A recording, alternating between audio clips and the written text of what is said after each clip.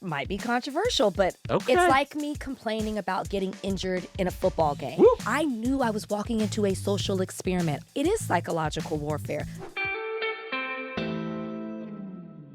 Hey, Sam Sanders here. Thank you so much for checking out my show this week. It's an entertainment show, and the last few days, I have been fully entertained by the Real Housewives of Salt Lake City. I was out with the flu over the weekend, so I spent days watching Mary and Whitney and the rest of them being foolish.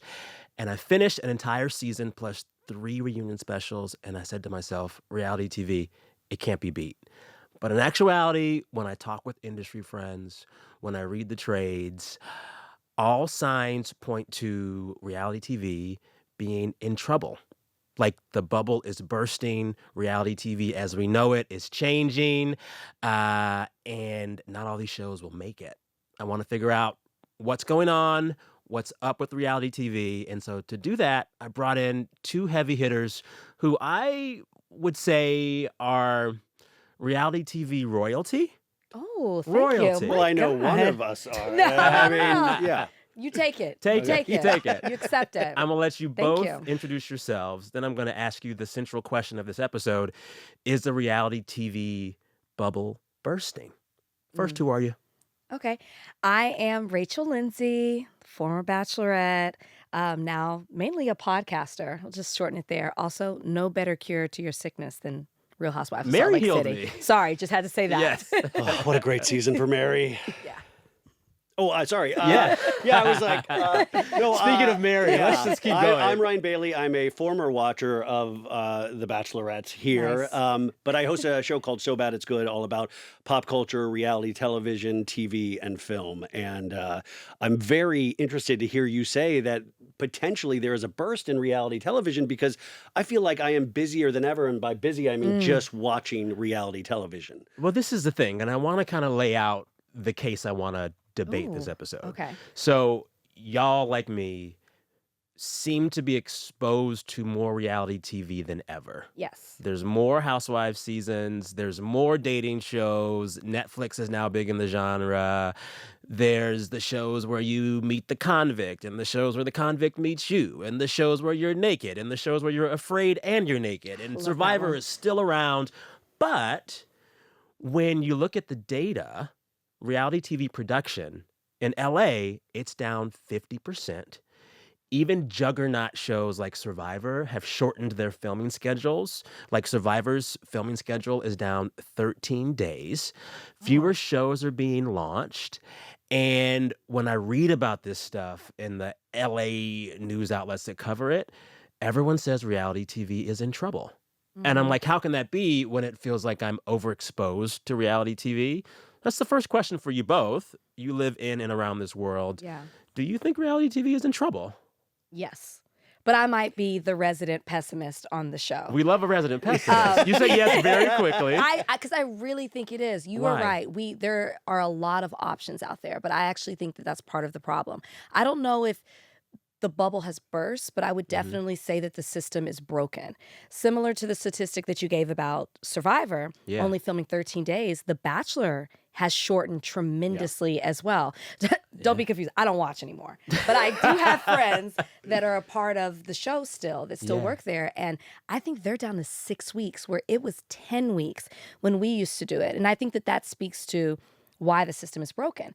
I think that everyone, we live in it, we know what's happening in our industry right now. Everyone's trying to cut costs. Yeah. And so that's part of the problem. I think they're rushing it. I think they're quick to choose who they want to cast. You know, using The Bachelor, they're not doing thorough background checks like they used to. There you go. Yes. And I think one of the biggest things too is that we are now with a generation that is on reality TV, that grew up on reality TV. I mean, let's talk about Monica on her Salt Lake City season. Monica Garcia, Yes, right? she was, Congratulations are in order. She is She pregnant, was yeah. a reality TV blogger who made herself a Real Housewife. Blogger is kind. She had a Finsta account called Reality Von Tease, and I'm a fan of Monica and what she brought to the show. But it is interesting. We are, to your point, have a whole generation that is raised on these shows. I always compare it to auditioning for Saturday Night Live. We don't know if we're really even getting the reality of contestants anymore, because they are gunning for these slots. They're auditioning. They're buying bigger houses, flashier cars that they potentially can't afford. So are we getting the reality of reality? Because usually what happens is these shows will air, and then all of the Reddit threads, all of the bloggers, we have detectives everywhere that will tell you what you're seeing is not reality. But in terms of production, that's across the board for film, not just reality television, for film as well. But they're running and gunning. They're trying to slap as many ads on these things as possible and content farm for streaming services. So, I was a huge fan of back in the day with Survivor of being 41 days or something, and now it's down to 28 days because they've got a schedule. They're going to crank out at least 2 to 3 seasons a year. So we talk about these shows that kind of used to be juggernauts. I think of Bachelor. I think of Survivor. At its heyday, Survivor was getting like 50 million viewers a week. I looked before we started today. The newest Survivor season is about 4.5 million viewers a week. And that's considered a success. I was going to say that's good. But that is good. considered a success. And then The Golden Bachelor, the newest premiere of that season, got like less than 3 million viewers. And so is part of it just all of these shows that were really big and like cultural touchstones 20 years ago, they just aren't as big anymore? I think that it's not even that they're the same show, right? I can obviously speak from The Bachelor. It's been on 20 plus years. It's the exact same show to a new generation. That's not how we date anymore. The dream of meeting the perfect person who has this perfect life, it doesn't exist. It's a fallacy. And social media has changed. When these shows started, social media didn't exist. Real Housewives of Orange County, when it premiered, was the first day that Twitter premiered. Wow. So they actually, which is a really shocking fact, but those earlier seasons of those shows didn't have to deal with the immense amount of hate that you are subject to when you are on these shows. So in a way, if you watch earlier seasons of any reality show, it almost reads like, oh, is this an Oscar documentary? Right. Because it's just so pretty. It's like Michael Bay films in terms of reality. So I would say the motives of people coming on the show seem to be different. You talked about people buying all these things to present themselves as a certain way of what they think a housewife is, what they think a bachelor or bachelorette is. I also think that they're gunning to be, like when I went on the show, I was not thinking about my career and what that would be after. A lot of times you have people who want to be influencers, who want to be hosts. Yes, that has turned into that, but I promise you that wasn't the goal going into the show. Like I genuinely was about what the show was about. You were there for the right reasons. Yeah. Right. There was something else you said that I was going to speak to. Well, just the options that we have now. There's just too many. Survivor, we were all sitting down. Even I didn't even really watch Survivor, but I was going to watch the finale. Exactly. I was going to watch what happened. It was appointment television. I remember Now they that don't do that. season, everybody coming to that. I mean, this is also before DVRs and things like that. So word of mouth spread really quickly on things like Survivor. And you always speak of that concept of the monoculture. And unfortunately for reality television, we don't have a monoculture anymore because you're either Bachelor Nation, or you're a Bravo head, or you're a Love is Blind head. And like, I'll try to do all of them, and it is overwhelming. So you usually pick your spot. Yeah. You usually go, okay, well, Bravo's my space unless something just blows me out of the way. And also the Scandavalification, which we just had our 2-year anniversary on Monday. We now expect cultural touchstones that will destroy people's lives. And if we don't get that, we're like, well, it's just another season. Yeah, but True. And we have people increasingly destroying other people's lives on these shows for these cultural touchstones, and then we forget them. I had forgotten Scandival till you mentioned it just now. How dare you? I know.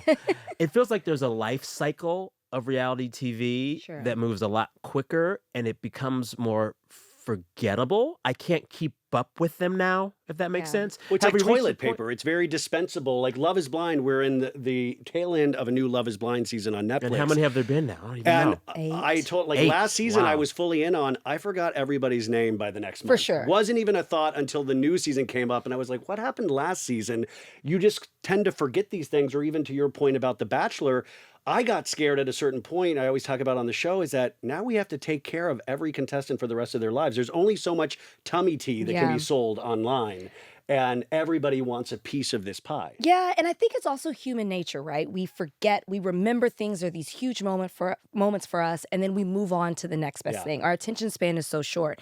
And then the other thing is, it's a little bit of our fault as viewers. We have such an insatiable appetite when it comes to new cast members, new seasons, new cities, new storylines, new big headlines. We want something big and a bombshell every single time, and we demand it, and then we get upset when those things don't happen. Exactly.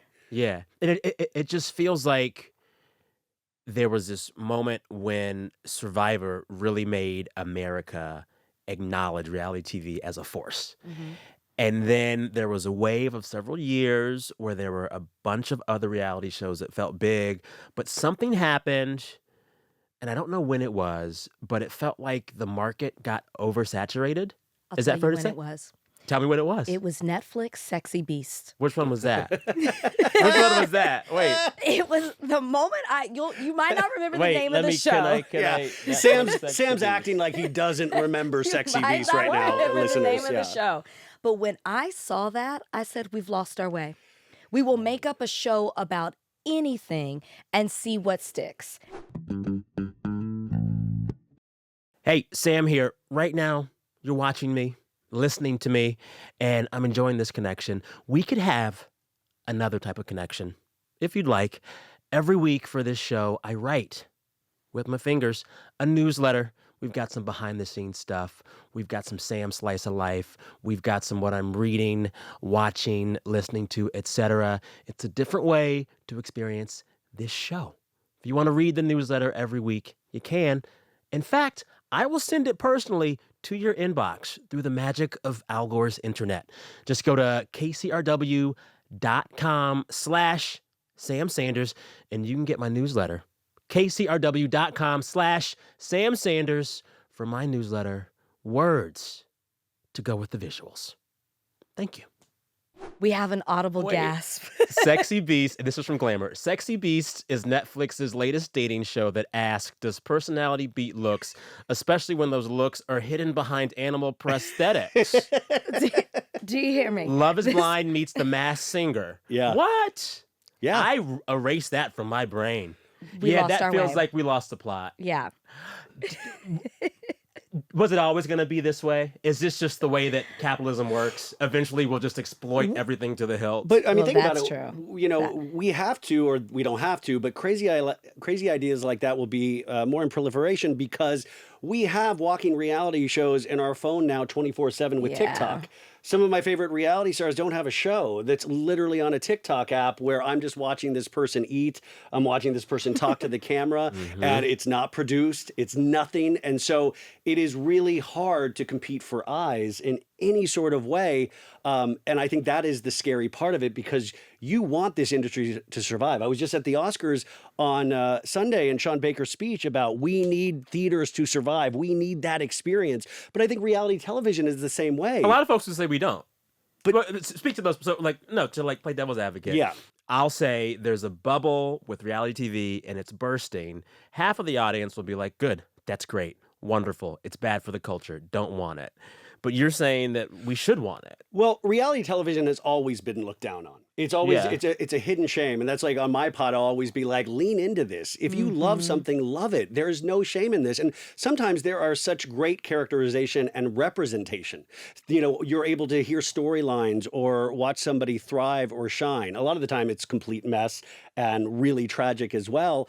But you can learn a lot from reality television as well, and I do think it is a valid form. And I will say art at this point. There's a great book that just came out last year Art. called. I do believe it's art, too. Okay. There's a great book called Cue the Sun by Emily Nussbaum I that interviewed her came about out the last book. year. Yeah, she's great. It's a great history of reality television and where it started with like PBS. And reality radio even before that. Exactly. Yeah. You know, there's a rich history that I'm really excited that we have. It's just that are we doing the right things with it and are we handling people's eyes carefully? Well, I would say that I believe reality TV, and I believe I said this on my podcast before, it's sociology, it's psychology. They say the smartest people in the world watch it. I think we would all agree. I agree. I think we would I agree. agree. But there is something off, and Yes. that we have to acknowledge, and I don't think we can continue to go in the way that we are going.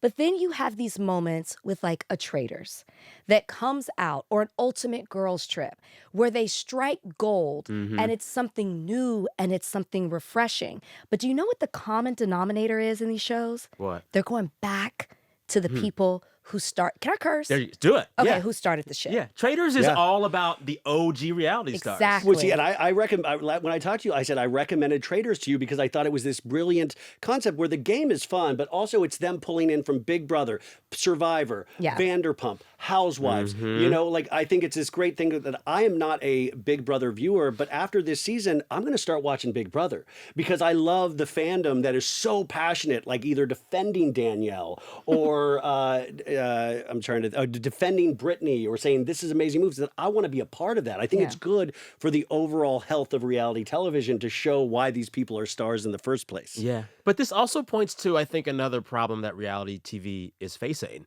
You know, the shows that can still strike gold, like the Traders, have to bring in the old stars because these shows increasingly can't create new stars. I think about the Housewives. The greatest housewife of all time is Nene. For sure. And they haven't been Definitely. able to do it again since. There's been no Nene since Nene. And I think that there are increasingly diminishing margins of stardom from appearing on reality TV. There was a time at the start of The Bachelor and The Bachelorette, those names were household names. Yeah. I cannot name for you the latest Bachelor or Bachelorette. I Yeah. can't do it. Is that a problem for the industry? And if so, how can they fix it? I just think you have the same people. I have to go back to the system. You have Yeah. the same people doing these shows that were doing it from the beginning and aren't willing to either listen to the audience, bring in a new audience, do some type of, I don't know what kind of test they can do to understand that the culture has shifted, therefore the show must shift, which is why Love is Blind was so good. Yeah, You know, it was something we had never seen Yeah. before. exactly. But we always wonder, like, can you fall in love Yeah. that way? And then we've seen such success even from the very first season. I don't know how you're not an executive for a traditional show, one of these juggernauts we're talking about, and say, wow, that has a lot of success. What can I do to my show to shift it to respond to what people need or how people date now? Something that was a little similar to that? Boy Island. We've all had our fuck boys. You know what I mean? Yeah. And so when that came out, I was like, yeah. Yeah. Like what way to address what some of it is. Like, to be honest, and I might be giving this away, and so mark this if this comes out. But what are we all talking about now with dating? Narcissist. It's like the trigger word. Yeah. There needs to be a show that addresses that. That's the kind of thing Wait, that would be pitch that super show right now. that Go. would be super interesting, Yes. right? So we all agree to produce a show about narcissists. That's what I we are want doing to right now. Okay. storyboard this. Yeah. What is the show premise? Go. The Oh my narcissist gosh. dating show. Well, I love when everyone's in a house. Okay. Right? Just like with Housewives, I love when Yeah. everyone's on a dinner, everyone's Yeah. on a vacation. Yeah. So you put everyone in the house, and maybe it's similar to Boy Island where you don't know who is the narcissist, or Ooh, I like that. maybe there are other traits. Like, you're not just a narcissist, there are other different things that are triggering. I And don't do you have a panel of judges where you have an actual You have to have a therapist to say, psychiatrist. You have to have this an evaluate actually them. is a narcissist? You They have must to. be evaluated before they go to the house. Let's get an all-star cast of narcissists from The Bachelor, Diagnosed. narcissists Yeah. from Vanderpump Yes. Rules, I mean, just put like 'em a on the house. Traitors, but it's just narcissists. Who would not watch this show? I'm already watching the first episode in my head I'd right watch now. it. I'd watch. So then this is the question though, like why aren't these executives doing it? Like I think about what you're saying about how The Bachelor hasn't changed even though Yeah. dating has changed. And I think part of why Love is Blind was such a hit was that it acknowledged the way in which most people do online dating, which is at first you're not really seeing them, you're just texting with them. And I think it spoke to a new online reality for people that The Bachelor didn't. Why aren't these studios and execs just being more with it? It's not rocket science. It's not rocket You've already had a science. new show idea in the 15 minutes Somebody's here. gonna say- We all Right? had a new show idea. Let me just, we're all, no, but I think to that, it's a very easy answer of this isn't an art form to them. This is commerce. So Yeah. you can go through a season, just being a Bravo fan from the beginning, there are seasons. It's like following, I would imagine, if I was into sports, a baseball team. You're a fan regardless, but certain years it's not going to hit the playoffs. Like Potomac, I think this year, Real Housewives of Potomac had a very uneven season. I think they killed it with the reunion. Sure. But are we bringing new eyes in? But at the end of the day, you still are selling your advertising. Now with Vanderpump Rules, Scandival, advertising rates for that next season went through the roof. Sure. And they were able to sell not only Bravo, but Peacock as a streaming service. So you're almost encouraging ideas like this that are so huge. But if you get just a so-so season, you know that you're going to have your core audience stay with you. Be like, okay, well, there's always next year. But are we bringing new eyes in? Those ideas like Narcissist Mansion or whatever we're calling it, nobody's thinking outside the box until somebody thinks outside the Well, I box. think they are, but everyone's so afraid of the risk, right? If I presented this show, I could easily see someone saying, "We get it," but they're so afraid to take the risk because they don't want to rock the boat. Yeah. And we see that in movie. I mean, think of all the remakes that we're getting that we absolutely don't need. Only no one remakes, asked. yes. No one asked for it because they don't want to reinvent the wheel. The I wheel. guess? Because Yeah, and- they know they have a product that will sell at least this much. And there's another structural thing at play here. When we saw peak reality TV, that was also a moment of peak cable TV. There were dozens, if not hundreds, of networks that had hours of space to fill. And they knew whatever they put on, somebody would watch. Yeah. We've seen cable tank. It's obsolete, barely existent. And now these streamers just aren't playing that fast and loose. They want a hit to be a hit right away. So the landscape has changed. You can't just make a show, put it on, channel 72, and then wait a year and see what happens. But also remember, streaming services don't have to release their numbers.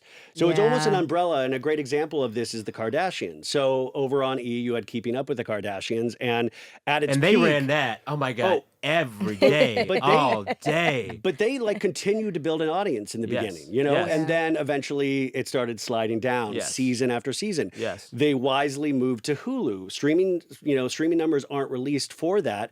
I don't really hear anybody speaking about the Kardashian No. show itself I tried to anymore. watch. So yeah. it's pretty much this, 53-minute episode full of commercials of their own brands, their own Yeah, products, it's obnoxious. and they don't have to release streaming numbers, so they can always say we're a hit, we're the Right. Kardashians, and they don't necessarily need it. But there's another example of peak over on E, and then you can hide with the streaming service. That's a good point. Yeah, yeah.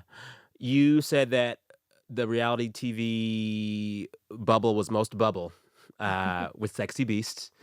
Same question to you. When in the arc of reality TV did you say to yourself, enough, I think I'm there. I think I'm good.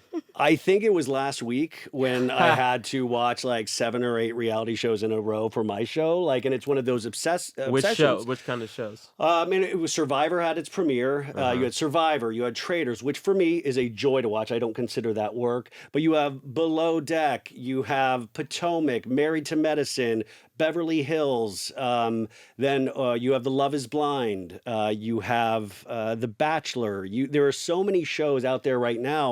And if you're trying to keep up, or if you're trying, it is very overwhelming. And I know this is a personal problem, not a problem we're A lot all of folks dealing have the with. problem. No, I have it too. Yeah. But it's that thing. It's like, you're a hamster on that wheel. They've Yeah. got you, and you just keep spinning, and you're looking for something new. And that's why when you see something like The Traitors, there's a joy in it for you because it reminds you of that feeling that you got when you first discovered reality television. You're like, That's a good oh, point. this is nice. Can we call it reality TV anymore? And I asked this, and I want to go back and talk a little bit about Monica, who was on a season of The Real Housewives of Salt Lake City. So, for those who don't know, 1, you're missing out. But 2, there was an entire season of The Housewives of Salt Lake City in which a new cast member was actually kind of, what would we call her? A traitor. She had been an online troll of the show and its contestants, had planted fake stories about them online just as a viewer. And then she kind of conned her way into the cast. And towards the end of the season, the housewives discover it. It is a big moment, earth-shattering for that world. And in the reunion episode, Monica, this mole, she literally brings a burn book a la Mean Girls to show how she beat these ladies at their own game. And when I saw that season, I said, okay, reality TV has jumped the shark. Because now the viewers are better at playing the game than the folks on the game. And I don't know who is the star, who is the viewer, who is in charge, who is not. And if we're at this moment in reality TV where a viewer can game a show that much, the life form has matured too much, and it's like eating its own tail. Yep. Can I ask you this? Do you think she gamed them, or do you think the producers knew? And that was what they wanted the I storyline to think be? either way, they were gaming the original Housewives, That's true. which felt really shady. And it's like, if reality TV is now doing that, That's a good we've point. kind of lost the plot. Like, it's no longer a show that is asking for people to be their realest, truest selves. It's a show and a format asking people to perform a trope and a character, you know? It's no longer just the show, obviously. And in your latest podcast, you're talking about the audiences are so savvy now. I see it every day. You know, it's not just a laugh and a giggle or like, oh, I picked up It no something longer from that. feels earnest. You're having Reddit threads that are tracking down IRS forms, like housing purchases, things like that take you down this rabbit hole where you don't want an audience to constantly question, am I seeing the truth? Well, this can't be real because I know this information. How do you keep up with a passionate audience that is going to eat its own tail eventually? And with Monica, I think there is a little bit of two things can be true at once. She was gaming the system. She was in Salt Lake. She worked for Jen Shaw. Yeah. She got herself in with Jen Shaw. This was a housewife in Salt Lake City who ended up going to federal prison for elder fraud, and she's now prison buddies with Elizabeth Holmes of Theranos. Can't Which, make by it the up. way, great. Can't make it up. They had paparazzi photos of Jen Shaw They and were working Elizabeth out. Smart. It was super cute. By the way, working out more than I am. Also, like, truly. They're getting a show. They're getting a show. Well, you could add to that cast. With this one small show, you will have a very... No, I mean, I think they reached out to her. They knew she had, was in the orbit of a tertiary relationship with Jen Shaw. So she was already reached out for interviews. And of course, she has multiple children. She does want fame. I mean, most people do want fame. But don't you think too? We're hard on producers. We're hard on production. Yeah. And I say it's such a thankless job. Yeah. But I can't imagine how hard it is to find people who aren't. I would call her a fan. I guess I'm being a little nice. And I was not a Monica fan. Yeah. She is a fan. Yeah. I imagine it is very hard to not find fans of the show that At are this point. trying That are trying to be on it. Yes. Yeah. And I don't just mean people who were raised on reality TV. Everybody's really watching Housewives. I mean, you talk about being at the Oscars, slight brag. No, I was in the press room. It wasn't any... Doesn't matter. good. I We wasn't weren't there. nominated, yeah. We weren't there. You have Ben Stiller, pleading to Dorit and Kyle to get Really? their He stuff brought up together. Real Yes. Housewives of Beverly Hills on Rihanna the red carpet. messages the Housewives of Salt Lake City. Yes. Don't like, you always feel bad for the housewives that aren't- Rihanna doesn't follow? I Because you know. know the housewives that they do follow, they throw it in their faces it's like a all crowd. the time. Yeah, no, for sure, Yeah. for sure. Nicki Minaj hosted a reunion. Now people are wearing it like a badge of honor rather than hiding the fact that they watch reality TV. Yeah, it used to be Yeah. a dirty little secret as a fandom, and now you're very proud to be a part of this. So if you seek fame, which I agree with you, so many people do, how do you find the person who's genuine when they don't just want to be a housewife for the fame of that? They also want to be adjacent to celebrity when they see so many celebrities attached to Yeah. it. I don't know how you overcome that at this Yeah. point. Well, even yeah. me, I wouldn't be. I get asked all the time, would you be a housewife? Can you imagine? Wait, I would watch. yeah, you No, would no, no, watch, no. but I she would be it's too much. But I I've- know Yeah. too much. Yeah, but also Yeah. she's been so open and honest about production and your experience. And I've learned things from her that I wouldn't have known otherwise. So to put yourself back in that kind of that gilded cage, if it were, Yeah. would be really impossible because you would also know editing tricks, Franken editing. You would know all of these things This is happen. the thing. There are people hearing us have this conversation saying, why the hell should I care? Like, why should I care what happens to reality TV? I know why I care what happens to reality TV, but I'm wondering, like, why do you think people should care whether or not reality TV is in trouble or not? Do you want to go first? Be honest, though. Yeah. If you don't think they should care, Well, that's first fine, off, too. I mean, I think you're attracted to what you're attracted to. If you put decades into being a fan of something, so that's all. I'm already going to care. But why other people should care? What I think at its best, like anything, will hold up a mirror to society. And people are probably rolling their eyes hearing that. But there are elements of things and I didn't know about, talking about important conversations, microaggressions, things like that. So at its best, it can actually open you up to new concepts and new ideas, but also realize that we are a commonality. Like, even if I do not live in Potomac or Atlanta, there are certain things that I even see in myself with Yeah. these women. And I think that is so important. For me, that is what is truly exciting when they hit that nail on the head. Yeah, that's a really good point. It would be two things for me. When I went to law school in Wisconsin, I realized that and people aren't really going to believe this is 2008, 2011. For a lot of people I went to law school with, I was a Black experience for I them. believe that. They came from Upper Peninsula, Yep. Michigan. They came from, small town Indiana, Iowa, all those surrounding states, and really had never been around someone Black. Their experience was maybe music, a music video, but for some people, it's reality television. And I'm not saying that it's always an accurate depiction or reflection, but you do see a variety, not a monolith of a certain type of person. And I think that's what's so important about reality television. Just speaking as a Black woman, you see a version of that in Atlanta. You see a version of that in Potomac. You see it in New York. You see it in Beverly Hills. They're not all the same. And so I think it's important. It's a subculture that's important for some people to have access to people that they might not necessarily have access to because of where they're from or who they've chosen to surround themselves with. That can also be a negative. Yeah. But I won't tap into that. And I don't mean it as like fetishizing or anything like that. Sure. But I will say then on the other hand, for me, I have an extremely dark sense of humor. Last season of Salt Lake City, I always compared it to a perfect blend of John Waters and David Lynch because it's a horror film set in the daytime.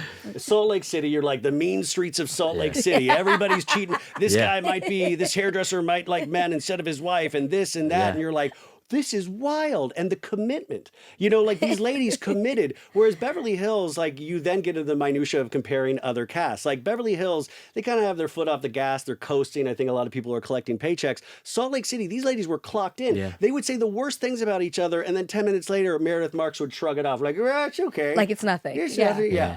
Well, I would say one more thing I was going to say is, so just because you're not interested, to just flippantly say, well, so what? Who cares? When it has been such a thing about pop culture. It's not just about housewives. Like if you go back to the beginning, well, not the very beginning with The American Family, but just think of Real World.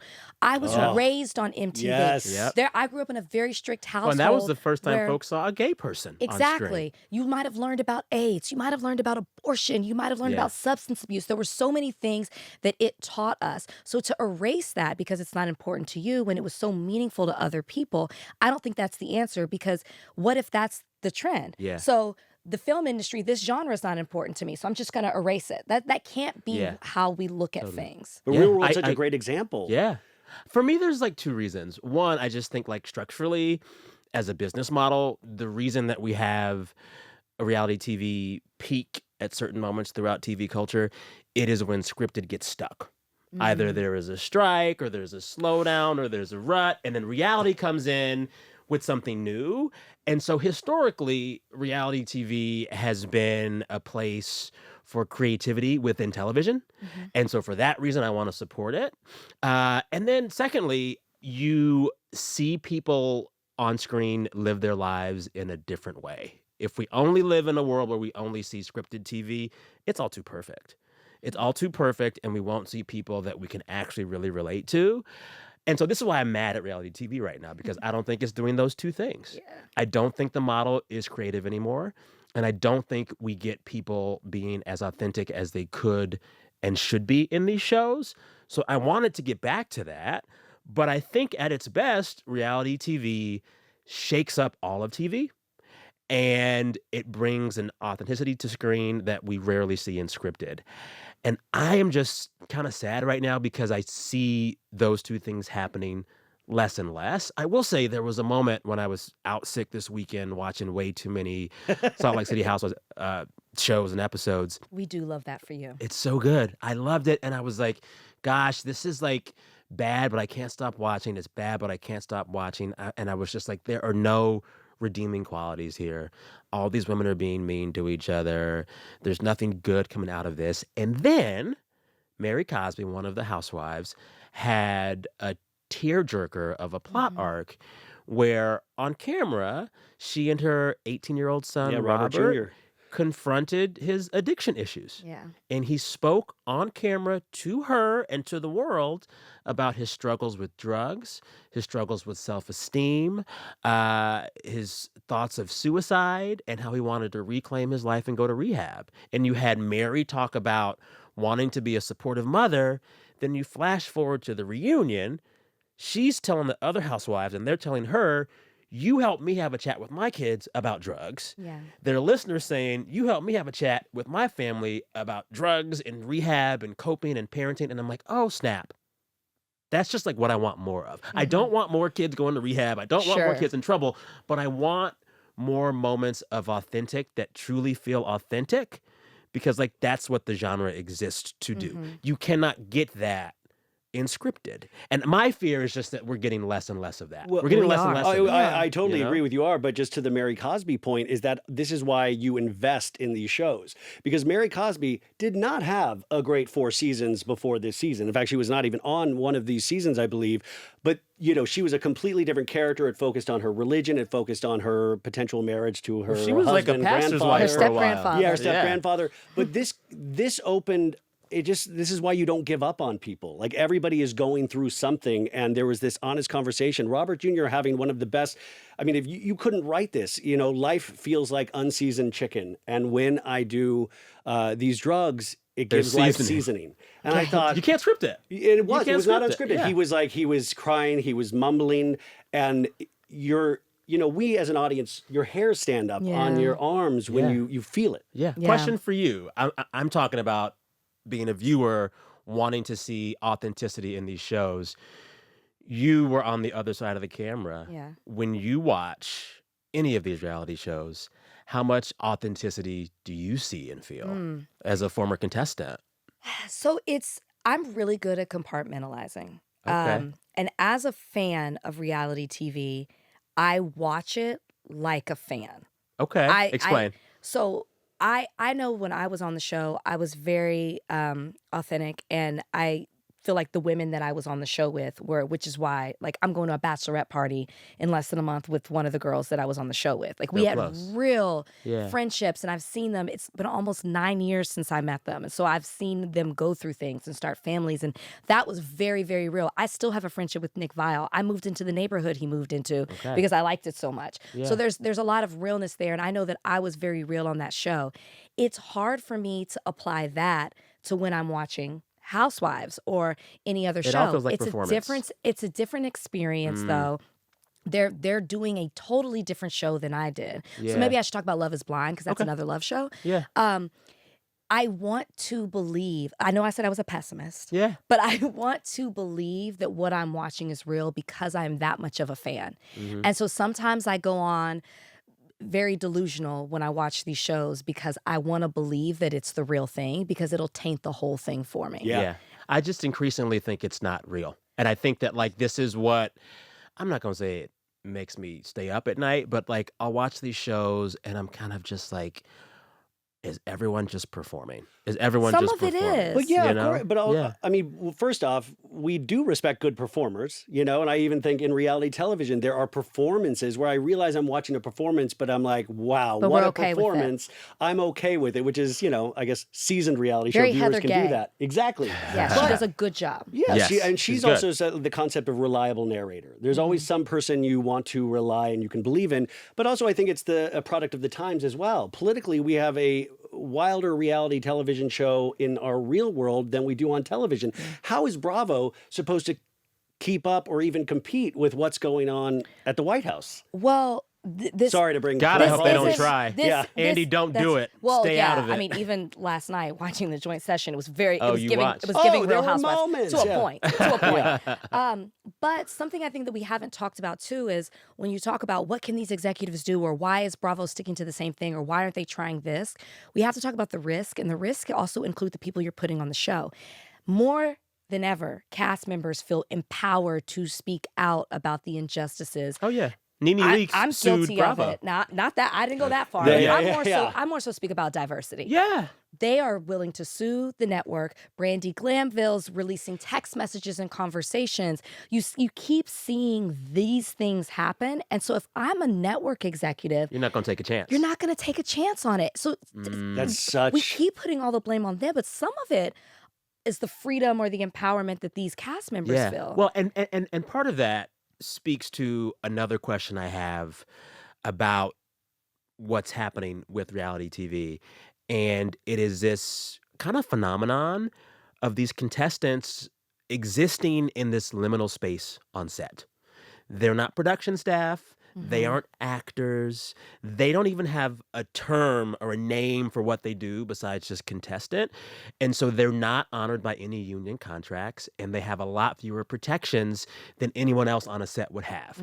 And we know this because several cast members from Love is Blind have tried to sue and unionize, saying that what they experienced was basically unfair labor law. They were deprived their smartphones. They weren't given enough water. They were plied with alcohol. And some people said that it was like, it was tantamount to like psychological warfare in some instances. Of course How it much is. of this is part of the problem too? Reality TV contestants are being treated so badly on these sets, it's making for just a bad workspace. Might be controversial, but I just feel like I'll compare it to sports. Okay. It's like me complaining about getting injured in a football game. Woo. You knew It's the an risks. inherent risk of the game. So when people would complain, they changed the alcohol rules after my season of The Bachelorette because of the scandal that they had in Paradise. But yeah, when I was on The Bachelor, I wake up in the morning and have a shot. That was my decision. They called me Fireball Rach. That was Wait, me. really? Yes, that was me making that decision as a consenting adult.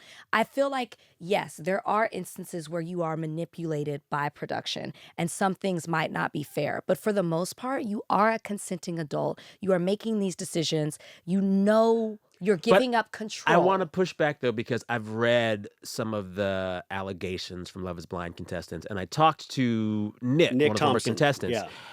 It sounds pretty wild. You show up, they take your phone. Same. You have no access to the outside world. Same. They lock you in your room and you got to just wait. Uh-huh. You don't know when your next meal is. There's kind of just alcohol. And then you're just like deprived of interaction for a very long time until you're a little bit loopy.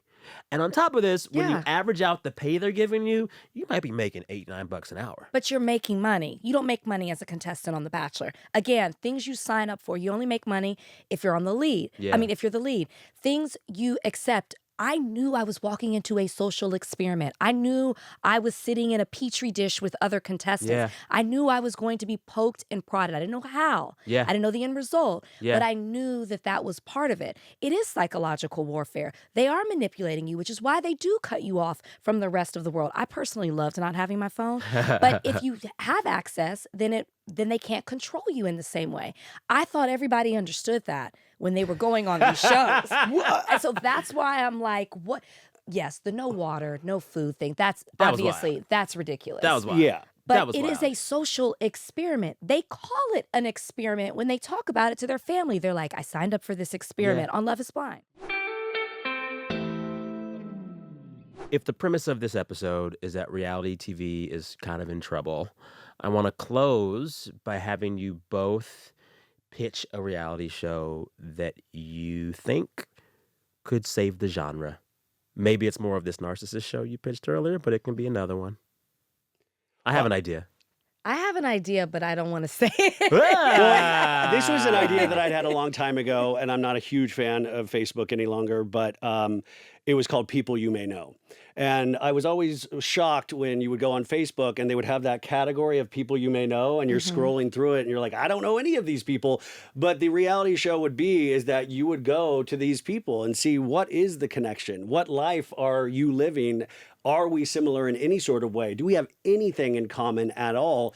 And so it's more a docuseries than a reality series, but it would be about trying to find why these social media companies think there's any sort of connection. Is there any sort of connection? This would be worldwide. Well, I'll build on that. Okay. So obviously there's the narcissist show, which we have. Yes.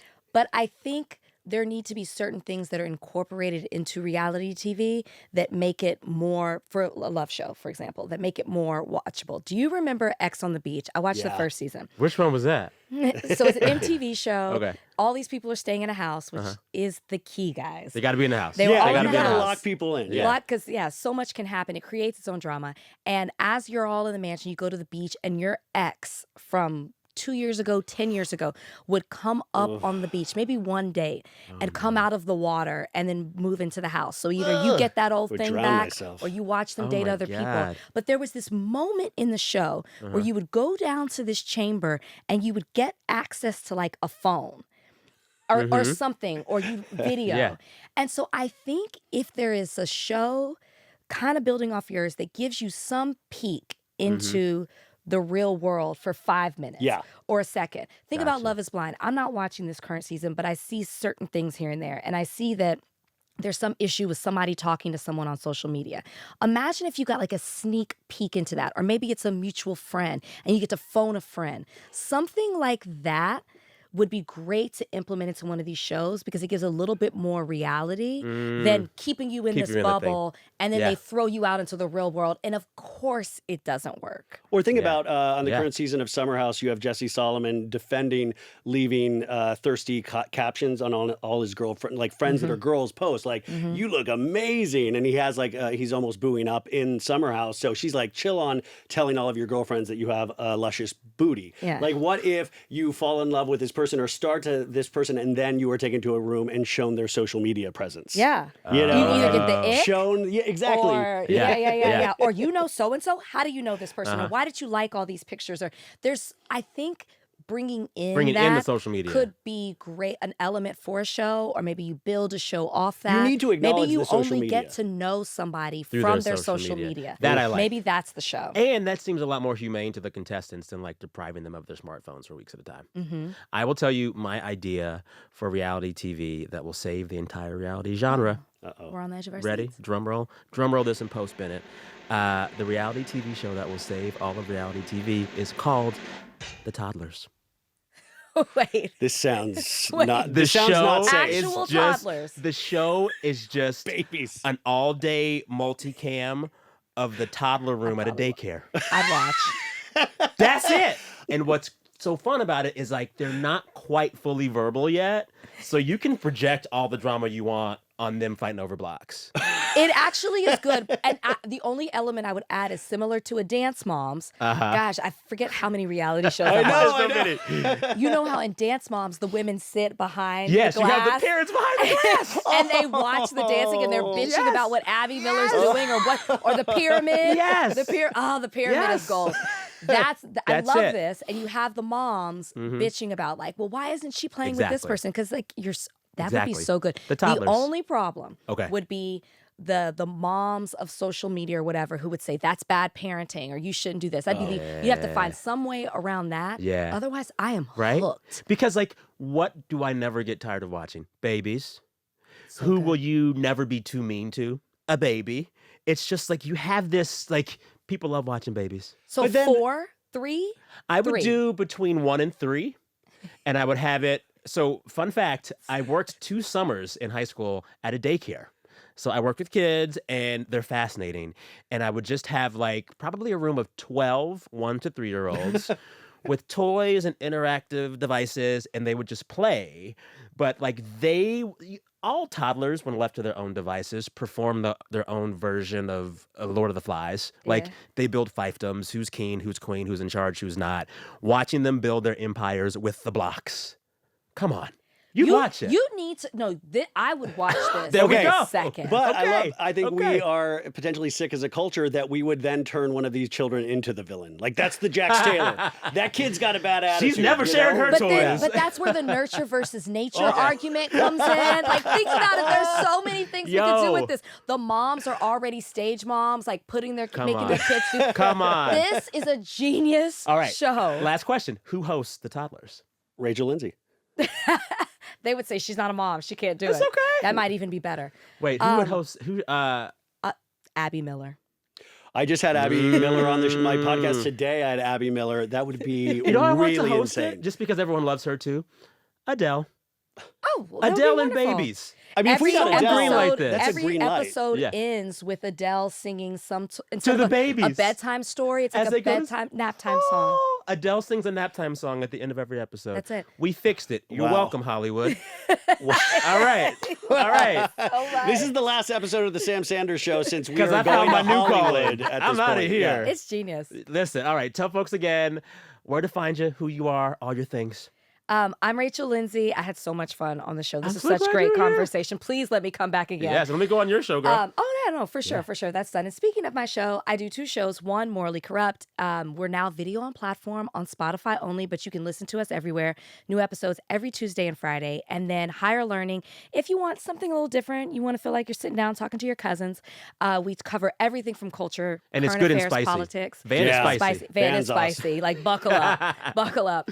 But that new episodes come every Tuesday and Friday, and we are on video platform as well. All right. My name is Ryan Bailey. I host a 5-day-a-week podcast called So Bad It's Good, covering everything from reality television, pop culture, TV, film, music, the whole nine. And you can find me on Instagram, So Bad It's Good with Ryan Bailey. A lot of silly memes, but also just thank you.